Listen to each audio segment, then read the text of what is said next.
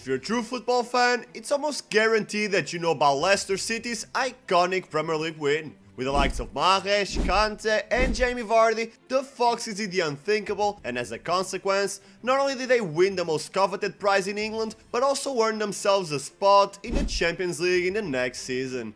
And that's where the story ends for most fans.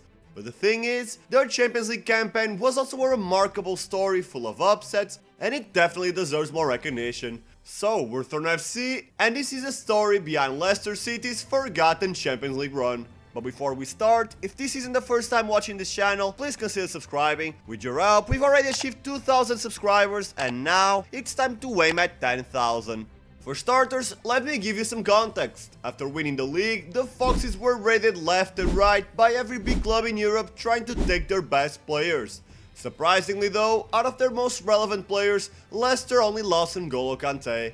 Still, that was a huge loss that wasn't properly compensated with a proper replacement. Other than that, Leicester remained more or less the same, but with slightly more squad depth, or at least it looked like it at first sight. Either way, when the 16-17 season rolled around, the Foxes weren't able to replicate the same good start from the previous term, and ended up losing the Community Shield match against Man United.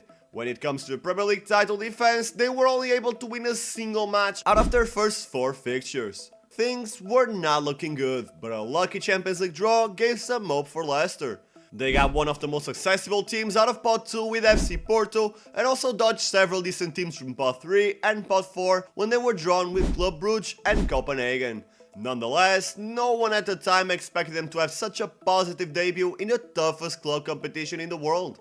Leicester travelled to Belgium and easily dispatched Club Brugge 3-0. Many critics point to the fact that they couldn't even get more than 38% of possession against a subpar team, but in reality, that's just the way the Foxes were accustomed to play.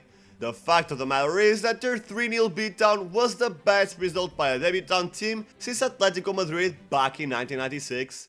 In the next 2 matches, Leicester returned to their King Power Stadium with the same low block counter-attacking formula that earned them the Premier League, grinding out 1-0 victories against Copenhagen and former winners FC Porto.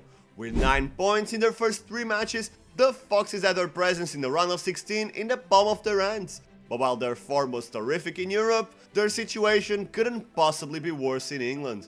The Foxes were nowhere near the level of the Big Six. In fact, they were much closer to the relegation spot, only 2 points away from 18th place. That poor domestic form eventually infiltrated their morale in Europe, and Leicester wasted a golden opportunity to qualify to the knockouts right in their 4th match with a draw away in Copenhagen. That didn't matter much, as in their home fixture against Club Brugge, the Foxes came out on top again and finally guaranteed their presence in the round of 16 with the added bonus of advancing in 1st place. In their last match though, Leicester got completely humbled. FC Porto trashed them 5-0 and exposed the Foxes to the whole world. Perhaps it was due to that euphoria, or maybe due to the fact that their bench players who got a chance in the last match weren't as talented as Ranieri hoped for. Either way, that defeat kind of created an even greater shadow of pessimism in the squad.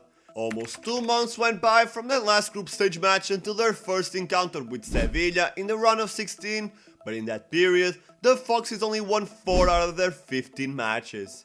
As unlikely as it might have looked in the beginning of the season, Leicester were in serious danger of getting relegated, and as a consequence, the pressure on Ranieri was higher than ever. When the ball finally rolled around again, it was evident how big of a gap there was between the two clubs. Sevilla dominated Leicester, and if it wasn't for Kasper Schmeichel, the game could have ended with a devastating result. In the end, Vardy was able to convert one of the few chances that Leicester had in that match, setting the result in 2-1. It was just another loss for the Foxes, but that poor result would culminate in a dismissal that sent shockwaves all across the football world. Less than a year after guiding the Foxes to an iconic triumph, and just a few months after being named the best coach in the world, Ranieri was let go of his duties. Some said the club's biggest stars pressured the board to fire him, some said it had nothing to do with the players.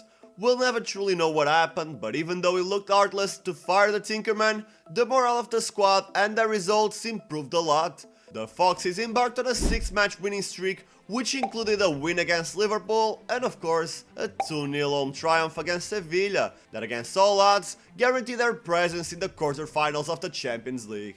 The same team who had been hovering the relegation spots all season was now alongside the best 8 in Europe. Their presence was a massive shocker, but you gotta give credit where credit is due. It was completely deserved. They were superior against Sevilla at home, and they knew how to suffer when they played them in Spain. Still, every good thing must eventually come to an end. There were no accessible teams in the quarters, other than the Foxes of course, and Leicester got paired with a club that was in my eyes the most capable of beating them, Atletico Madrid. Both Leicester and Atletico were defensive sides that relied a lot on counter-attacking, but the problem for the Foxes was that Atletico had much better options at their disposal. Just like it happened in the round of 16, Leicester travelled to Spain first, but this time, us neutral fans got a boring affair where both sides were more afraid to lose than hungry to win. Ultimately, Griezmann's goal, courtesy of a penalty kick, would be the decider in that match. And less than a week later, Atletico were the ones taking the flight to England, and unlike Sevilla, they took no chances. Simeone sent his side out in a 4-1-4-1 formation, with centre-back Jose Jimenez deployed in holding midfield, and Los Colchoneros set their intentions on completely nullifying Mahrez attempts to drift in from the right. It worked. Saul Niguez powered in a superb header at the end of an Athletic breakup field to give the visitors a 1-0 lead at halftime, and with Leicester requiring 3 to progress due to the away goals rule, the tie looked all but over. But Leicester refused to stay down. Shakespeare switched to a 3-5-2 formation at halftime, and it worked a treat, with Leicester piling on the pressure and Vardy scoring just after the hour mark to give them hope. Few teams are more stubborn at the back than Atleti though, and some last-ditch defending kept the unlikely comeback at bay. The final whistle was met with the collapse of many of those in blue to the turf, and a standing ovation from the 31,548 watching in person. This time, their story might have not ended in triumph, but their gritty performances in the Champions League were the true defining moment of Leicester. You see, after winning the league, that euphoria soon turned into a nightmare, and many fans feared that they could go back to being a struggling side, alternating between the Prem and the Championship. That passion and ability to adapt turned Leicester into a solid side that would later compete in the other 2 European competitions and even conquer the historic FA Cup. While they would eventually be relegated, I think it's fair to say that they did so due to unforeseen financial circumstances caused by the pandemic, and even so, if everything goes according to plan, they'll probably be back next year.